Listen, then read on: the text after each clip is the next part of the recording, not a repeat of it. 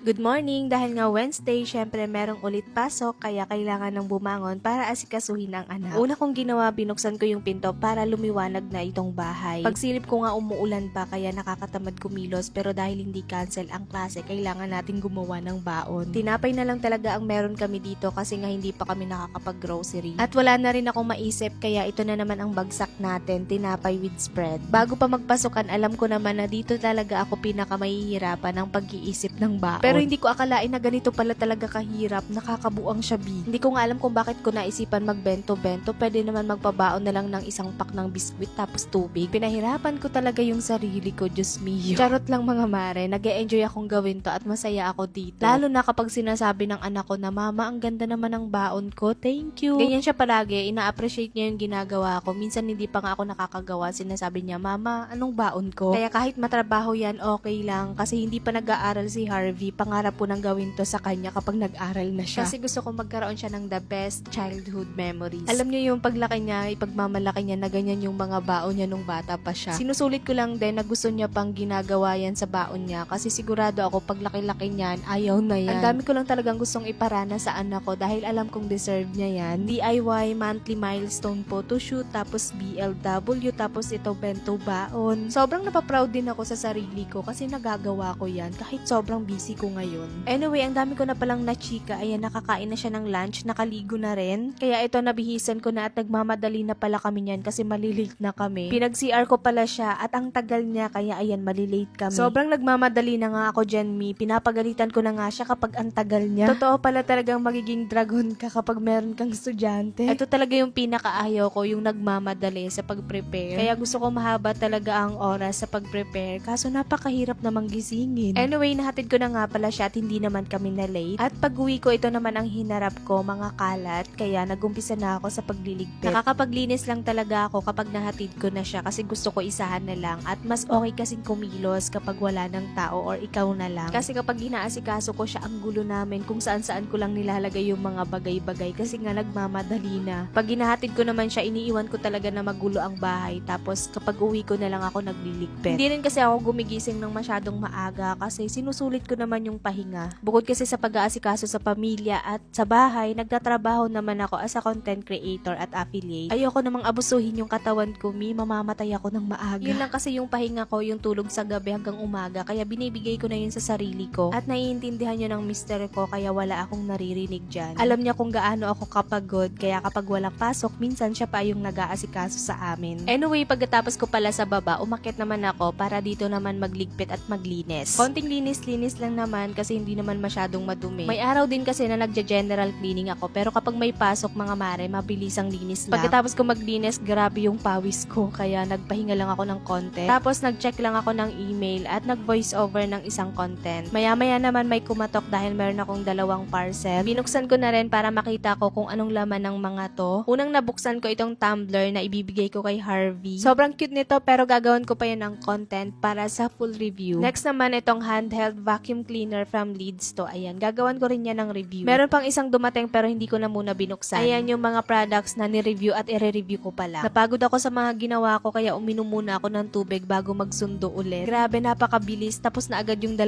oras ko. Pagkasundo ko kay Harvey, umakyat naman kami dito sa taas para bihisan siya. Kahapon niya pa nga ako kinukulit dito sa chocolate kaya ito pinagbigyan ko na, pinakain ko na ng 1 peraso. Ang tamis nga lang nito kaso nakapag-promise na ako sa kanya na bibigyan ko siya kaya hindi ko na pwedeng bawiin. Kaya sabi ko sa kanya pagkatapos niyang kumain, uminom talaga siya ng napakaraming tubig. Sumunod naman at maya-maya lang pinakita ko sa kanya yung bago niyang tumbler.